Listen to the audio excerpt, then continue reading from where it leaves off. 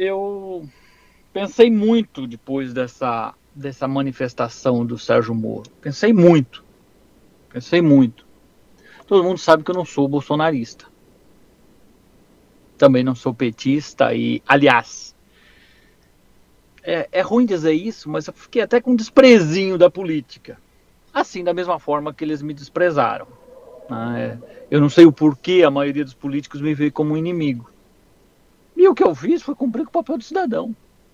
Fui lá pegar uma denúncia, o que estava acontecendo com a minha empresa, que eu não concordava. Nunca entrei no jogo político, nunca quis. E, enfim, não tenho estômago para isso não, tá? Mas respeito quem gosta. Passei a também gostar um pouquinho de uns anos para cá, é verdade.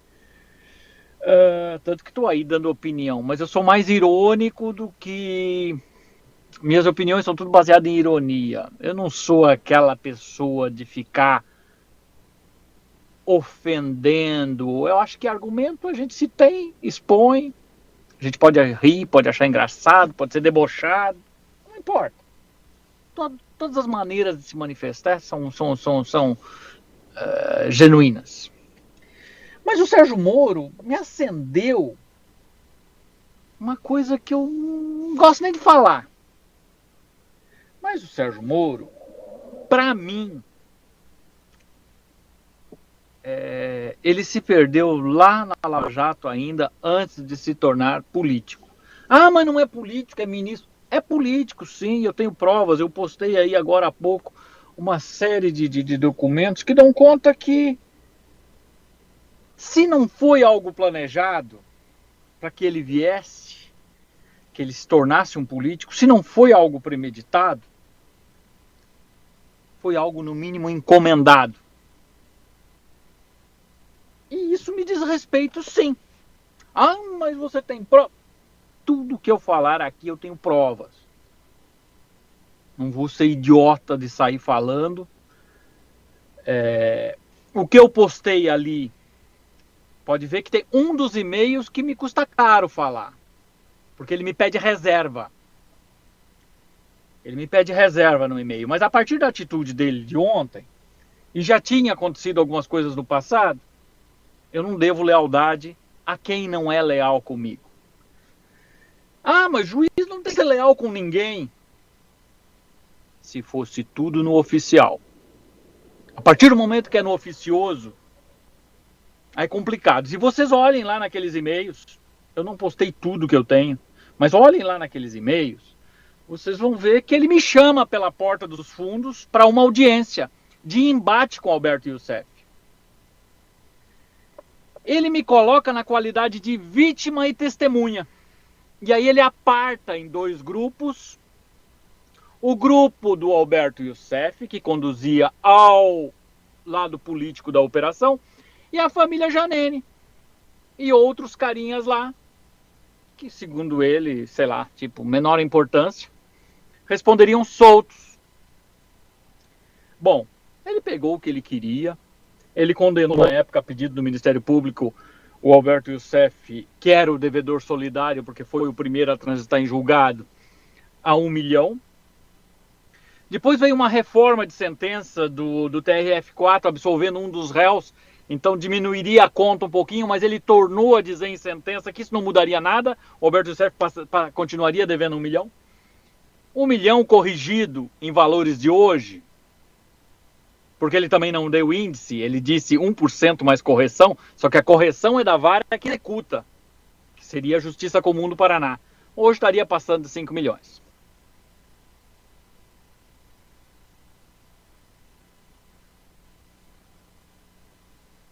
Ele pegou o resto do dinheiro que foi arrecadado com os leilões da Petrobras e devolveu, os leilões do Alberto Youssef, e devolveu para a Petrobras. Até aí tudo bem. Tivesse ele satisfeito a sentença que ele mesmo deu. Porque a partir desse momento, o que eles fizeram? Se eles pelaram Alberto Youssef, eles esvaziaram as chances de eu executar o devedor. no oficial, porque no oficioso a gente sabe que o Alberto Youssef deve ter dinheiro por aí. Mas no oficial, o Alberto Youssef foi declarado pobre pelos mesmos que me mandaram me indenizar. Olha que bizarro isso. Mas tudo bem. Para não ficar falando de dinheiro, porque eu também não fiz isso por dinheiro, vamos falar dos erros.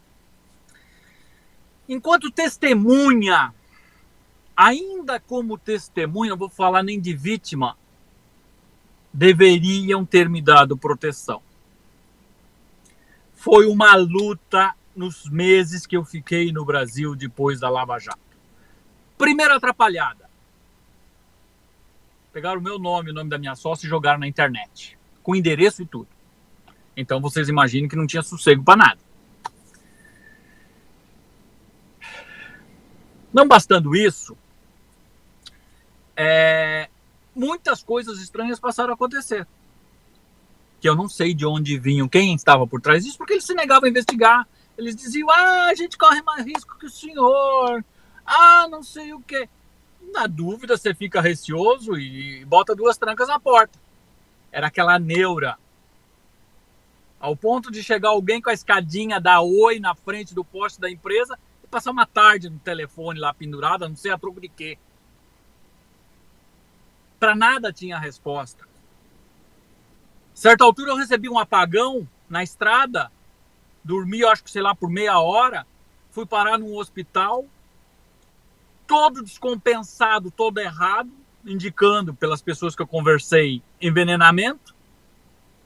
Passei a noite no hospital, no dia de manhã, todos os resultados médicos eram zerados. Não tinha nada. Mas eu tenho a cópia dos documentos de entrada, os primeiros exames, tudo alterado, tudo descompensado. Não está acontecendo nada. Teoria da conspiração, falavam tudo. Ao ponto que eu me sentia de um jeito, poxa, esses caras estão querendo me tirar para louco. Só sou eu só que sinto, eu que vejo. Então eles estão querendo me tirar para louco. Insisti. Aí finalmente alguém da PGR em Curitiba me mandou. Tudo era com a conivência do Moro. Porque dentro do gabinete do Moro, o Moro chamou o Januário Paludo, que era o imediato interlocutor dele, mas dizia um tempo... Aí o Januário Paludo ofereceu o tal de Provita, mas ao mesmo tempo já dissuadiu. Ele disse, não, isso aí não é pro senhor, não, tal, é meio complicado. Então, eu fiquei completamente sozinho nisso. Tá? Só que a audiência que eu fui chamado era para confrontar Alberto Youssef. Eu, como vítima, eu nunca fui ouvido. Nunca, absolutamente nunca. Nunca. Aí, lá pelas tantas, eu perdi a importância. Perdi a importância primeiro porque eu questionava, primeiro porque eu cobrava soluções, eu cobrava respostas do tipo, por que eu estou fazendo isso? Por que estão me ameaçando se não tem importância nenhuma? O que está acontecendo? Não. Então eles começaram a me ignorar. E eu comecei a encher mais o saco ainda. Que eu não sou de calar a boca, não. Lá pelas tantas, a gota d'água para mim, eu já tinha uma empresa aberta em Portugal. E eu disse, bom, meus clientes do Brasil sumiram. Outros eu fui obrigado a abandonar. As máquinas da empresa foram vendidas praticamente a preço de sucata. Tá? E eu precisava decidir o que ia fazer da vida. Bom, a minha solução é mudar para Portugal. Então eu vou pedir residência lá. Eu já tinha empresa há um bom tempo, tal. Então as prerrogativas para ser um imigrante eu já tinha. Nunca tinha pedido antes, tal, mas já tinha. Já tinha número de segurança social, já tinha tudo. Era só fazer o pedido.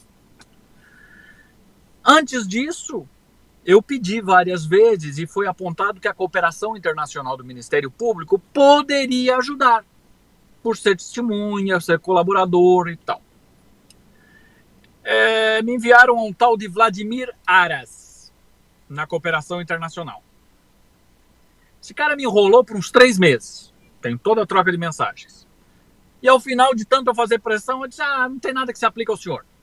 Em outras palavras. Ok. Eu fui para Portugal por conta e risco. As primeiras viagens por conta e risco. E aí, quando eu cheguei lá, eu fiz o pedido. Quando eu fiz o pedido, eu fui chamado estranhamente pela porta dos fundos, também tenho todos os e-mails, da diretora do CEF no Norte, a doutora Cristina Gatões, se não me engano o nome dela. Venha ter comigo imediatamente, com urgência, para falar sobre o seu caso. Não, eu disse, bom, me senti o rei, né? Fui lá, fui atendido por ela, por um auxiliar dela. Não, senhor, fica tranquilo, o senhor não precisa fazer nada, nós vamos encaminhar tudo por aqui. De novo, bom, tô em casa, né? Nossa! Tudo que não fizeram por mim no Brasil, vão fazer aqui, né? Só vão o tapete vermelho. Tá bom. Passa um mês, passa 2, passa 3, nada de resposta e o meu visto acabando. Se vocês olharam na carta aí que eu publiquei, nesta época apareceu umas pessoas dos Estados Unidos e do Brasil dizendo que o FBI queria um acordo comigo para me levar para lá. Mas era uma picaretagem, porque, segundo eles, o FBI me levava para lá como Witness Protected, só que eu teria que colaborar com escritórios de advocacia privados nos Estados Unidos, que me manteriam nos Estados Unidos. E aquilo me acendeu uma luz vermelha, porque como é que usa uma estrutura do Estado, o FBI, tudo estavam organizando para me pegar numa base na Espanha e me levar para os Estados Unidos? Ficou de filme, assim, umas coisas meio estranhas. Mas os e-mails que eles mostravam, ninguém desmentia. Eu enviei e-mail para todos esses caras, ninguém desmentia. E tinha lá nome de procurador nos Estados Unidos, de agente do FBI no Brasil, secretário de Estado, não sei, tinha uma série de coisas. Ninguém desmentia, o que dava uma certa seriedade. Tinha um advogado em Salt Lake City, que era amigo de um procurador, que não sei o que, pá, e um cara no Brasil.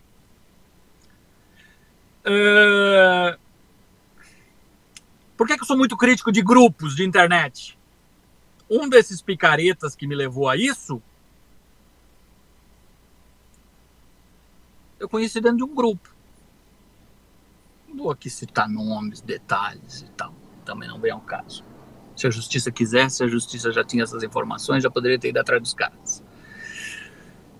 Eu sei que um belo dia eu fui convidado pela Transparência Internacional em Portugal, passaram o meu contato para a CMTV.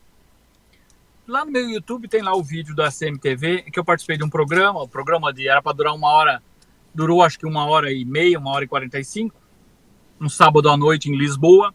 Eu saí do norte, do Porto, fui para Lisboa. Ao final do programa me fizeram uma pergunta, que se fosse hoje eu não sei se eu teria respondido. Disseram, olha, se a justiça portuguesa lhe pedir ajuda, que eu sabia que tinha muito rolo do Brasil ligado ao Banco BES, ao Banco Espírito Santo, eu sabia de uma série de coisas. Se a justiça portuguesa te pedir ajuda, você ajudaria? Eu disse, olha, eu não os procuraria, porque eu não quero ter a sensação de ficar falando com as paredes, como eu tive com o Ministério Público no Brasil. Nesse programa participou, acho que o Roberto Liviano, do Brasil, acho que por Skype, uma coisa assim. Ao final do programa, eu fui embora, voltei para o Porto. Na segunda-feira de manhã, acreditem, veio a resposta do Serviço Estrangeiros e Fronteiras com a expulsão. Tinha sido indeferido, que eu estava mentindo, que em contato com autoridades brasileiras, esses não davam crédito nenhum ao que eu dizia ser e ao que eu teria feito. Ou seja, fiquei por mentiroso ainda. Eu imediatamente acionei todos os meus contatos. Eu não tinha muito tempo de visto, porque dizia a carta que se eu tivesse irregular em Portugal e eu já estava sem visto, eu seria expulso. Então, o que eu fiz? Fui novamente contactado pelos supostos FBI dos Estados Unidos, que me pediam ir com urgência para a Espanha, para Madrid, que eles iam me buscar lá dentro de 24 horas. O idiota aqui foi. Cheguei em Madrid, fiquei no hotel lá vários dias, e eu sei que não apareceu ninguém. Aí eu vi que era um trote, uma espécie de trote. Ou seja, alguém interessado, primeiro em me tirar do Brasil. E tudo indica para mim que foi a PGR, para que eu não ficasse incomodando. Eu já sabia relativamente demais, cobrava coisa que eles não podiam dar respostas. Então, a primeira coisa foi me tirar do Brasil. Segunda foi me tirar de Portugal. Só que eu saindo de Portugal, eu poderia ser deportado de volta ao Brasil. Então, eu tinha um visto de turismo de um terceiro país encartado no meu passaporte. Eu catei os dinheiros que tinha, uma mochilinha nas costas, fui para Amsterdã, peguei o primeiro voo e vim para o país que eu estou até hoje. Cheguei aqui na entrada, quando foram me dar lá o welcome, não, espera, eu quero asilo.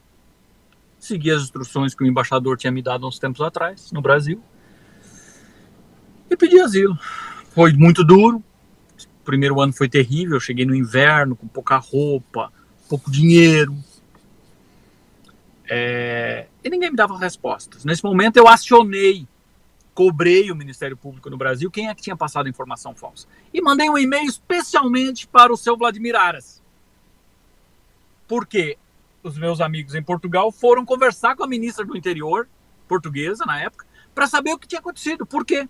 E ela falou, não, a informação veio do Brasil. Mas se o Brasil pedir, a gente dá proteção para esse senhor. Nós temos acordo com a cooperação internacional. Imediatamente acionei o seu Vladimir Aras e disse, e aí, que história é essa? Olha aqui, ó.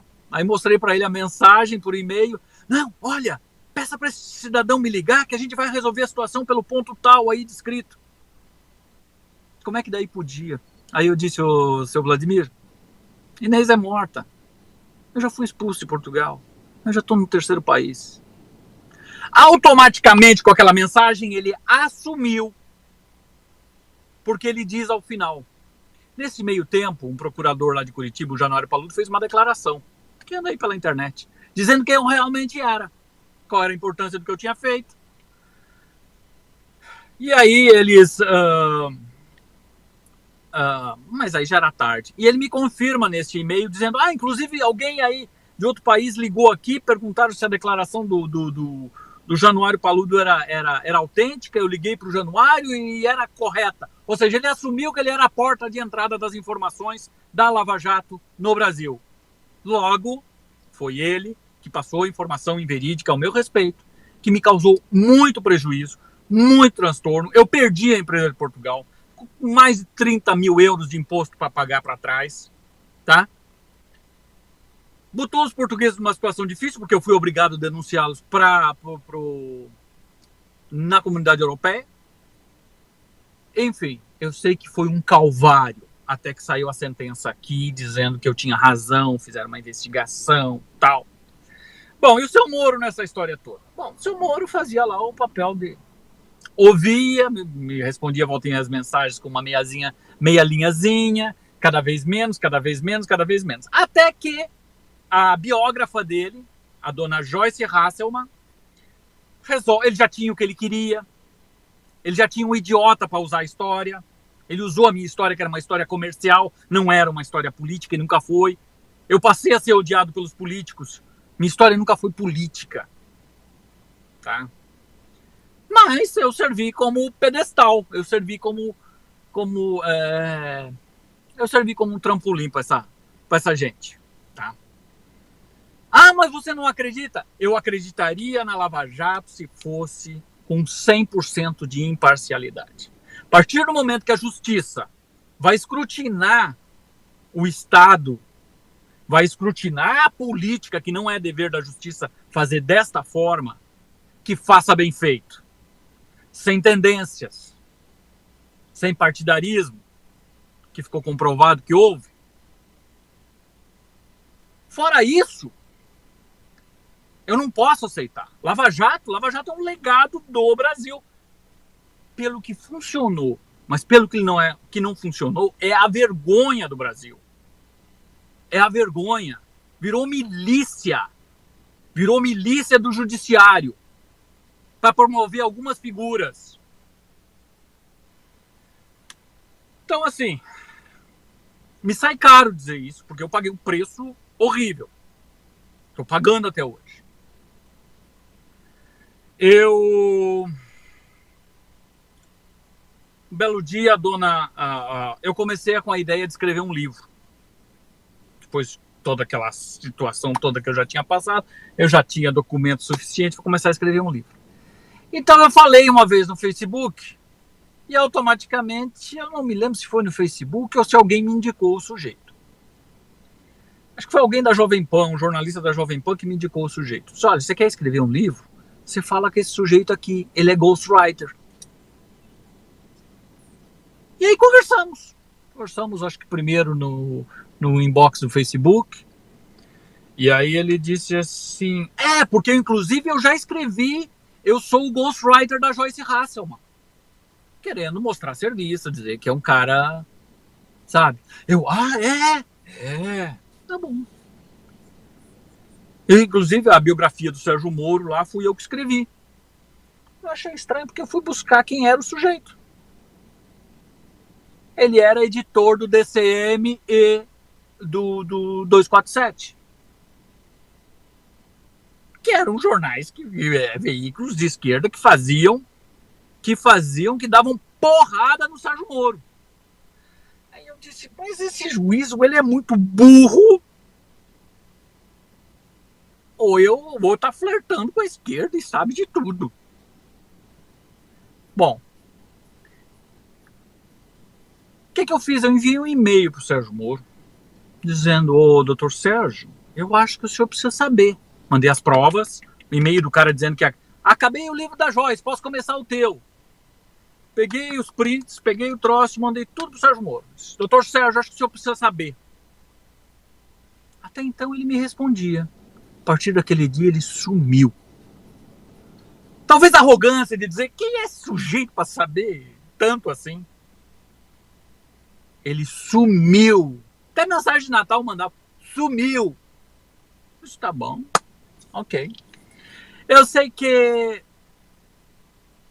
na sequência a dona Joyce escreve um livro Delatores, com a capa Delatores. Ele me coloca lá dentro e nas resenhas pela internet inteira, pior que no livro, coloca que eu era um delator ilustre. Nunca fui, briguei muito. Não sou delator. Eu denunciei desde o primeiro dia que eu soube que tinha maracutaia na história. E segundo a Joyce, lá num parágrafo do livro, ela diz que eu só denunciei porque levei um golpe do Janine. Como quem diz, tu era bandido e se você não tivesse levado um golpe, você não tinha denunciado nada. Como eu sabia quem era o ghostwriter dela? Ei, fulano, arruma isso. Mandei um monte de documento, um monte de subsídio para ele, que o livro até ficou melhorzinho. Eu disse, eu não sou isso, tá aqui. Eu vou falar com a Joyce. Ele tentava falar com a Joyce, ele disse que a Joyce não respondia. Ignorava solenemente com toda a arrogância. Ele conseguiu mudar algumas coisas, não conseguiu mudar tudo, mas eu continuei no livro. Se o livro era sobre delatores, eu não tinha que estar lá. Pedi, até que chegou um ponto eu não queria fazer isso, mas eu dei uma de Sérgio Moro. Eu peguei um e-mail com cópia para Joyce, para ela saber que eu sabia quem ela era, quem era o Ghost, quem era a editora. Então, com ela, um e-mail para ela, cópia para a editora, cópia para o Ghostwriter, para todo mundo, dizer aqui, eu dou X tempo para vocês consertarem isso, senão eu vou processar vocês. A arrogância continuou, ninguém respondeu.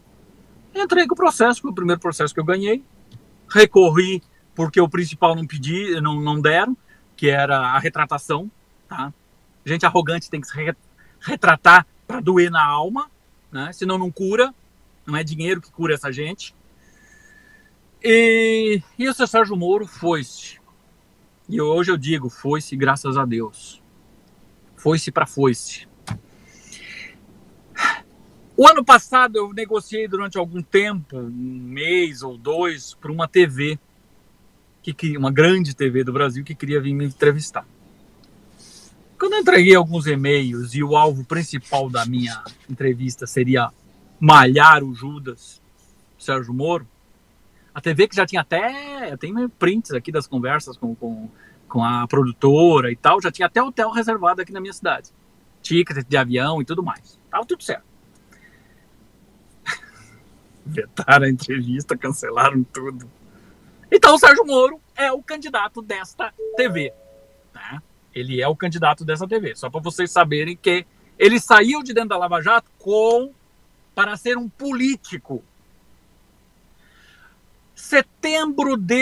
Para mim, a facada nas costas foi em setembro de 2018. Num despacho, ele absolve praticamente sumariamente a família Janine inteira, que eram os réus soltos.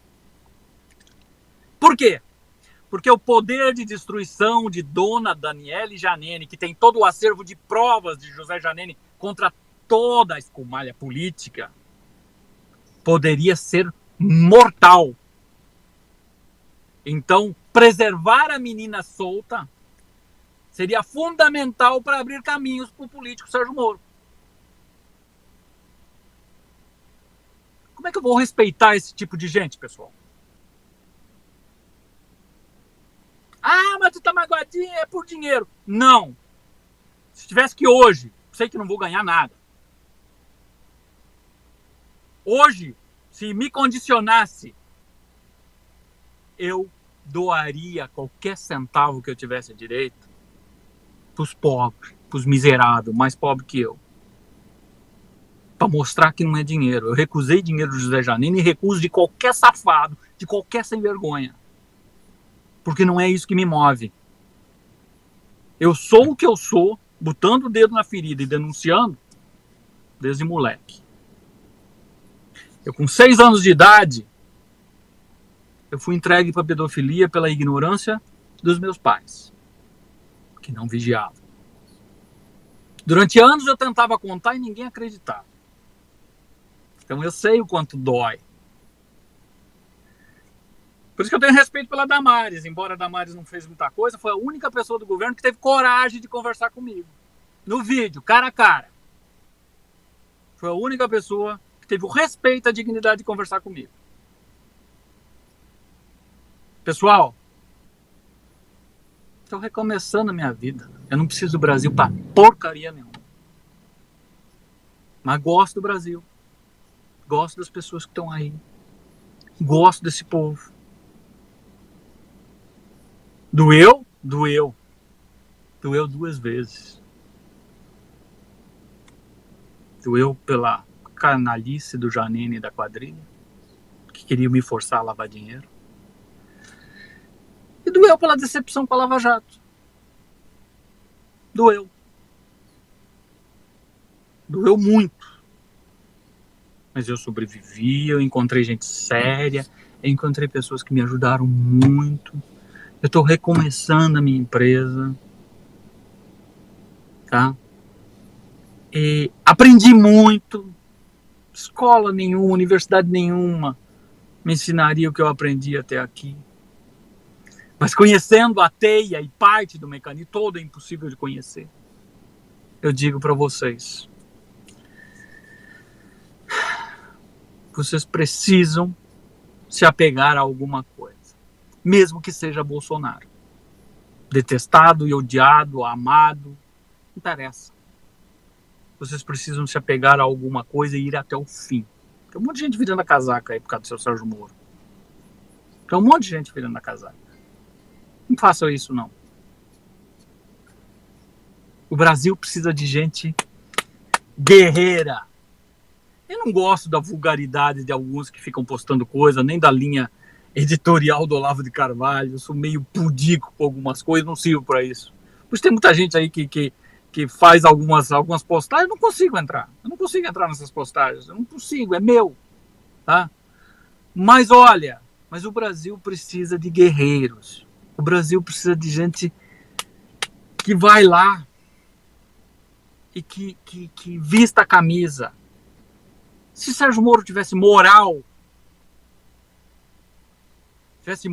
e vocês vão ver lá naquela troca de mensagem, ele me enganou. Ele me chamou pela porta dos fundos da justiça para servir os interesses dele contra o Alberto Youssef. E quando eu passei a ser vítima, a reclamar, não. A vítima não foi ouvida. Os réus foram absolvidos sumariamente. Depois a doutora Gabriela Hart fez uma revisão na sentença, dizendo que não há elementos para absolvição sumária, mas a Daniele Giannini continuou absolvida. Tá? Então, assim, para mim não era dinheiro.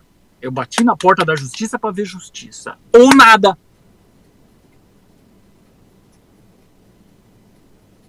Era isso. Então é o seguinte, perdi o respeito. O respeito pelo Sérgio Moro eu perdi em setembro de 2018, naquela sentença dele. Tá? Os bens que foram roubados, diz ele que indenizou material, tangível e intangível. Só que quando ele separou as ações em duas, uma coisa era uma coisa, outra coisa era outra. E os bens continuaram sendo usados, tanto que foi flagrado um veículo da empresa rodando de madrugada. Ele foi acionado, olha, faça a busca e apreensão desse veículo. Nós já indenizamos o patrimônio. Só que estava no nosso nome, cometendo crimes, rodando pelo Paraná. Ele não teve coragem de mandar fazer busca e apreensão. Como se não fosse com ele, e o Ministério Público assinou embaixo.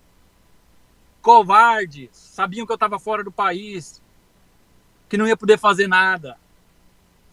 Então ontem, quando ele ficou nu, o rei ficou nu, na frente do povo, eu não gosto de vingança. Eu fiquei meio assim, né? Precisava baixar, descer tão baixo. Por mais que tivesse razão, não vou dizer aqui, eu não vou dourar a pílula não pro Bolsonaro. Se houve falhas, isso vai ser averiguado. Mas o Moro desceu muito baixo. Eu tenho as minhas divergências com a linha da Zambelli. Eu achava ela muito próxima da Joyce e da Bia Kicis, por isso que eu não tenho muito estômago para aguentar essa gente. Mas o que fizeram com ela ontem é canalice, é escrotidão. É escrotidão. Podia não concordar, mas dizer, olha, eu não gostei e eu vou tomar providências com a proposta que você me fez. Mas ela restaria avisada até mesmo pelo parentesco postiço ali do apadrinhamento no casamento, aquela história toda. Mas ética zero. Ética zero. Pessoal, era isso que eu queria falar, tá? Eu e a minha sócia, nós fomos enganados e usados pela Lava Jato. E ninguém vai fazer nada.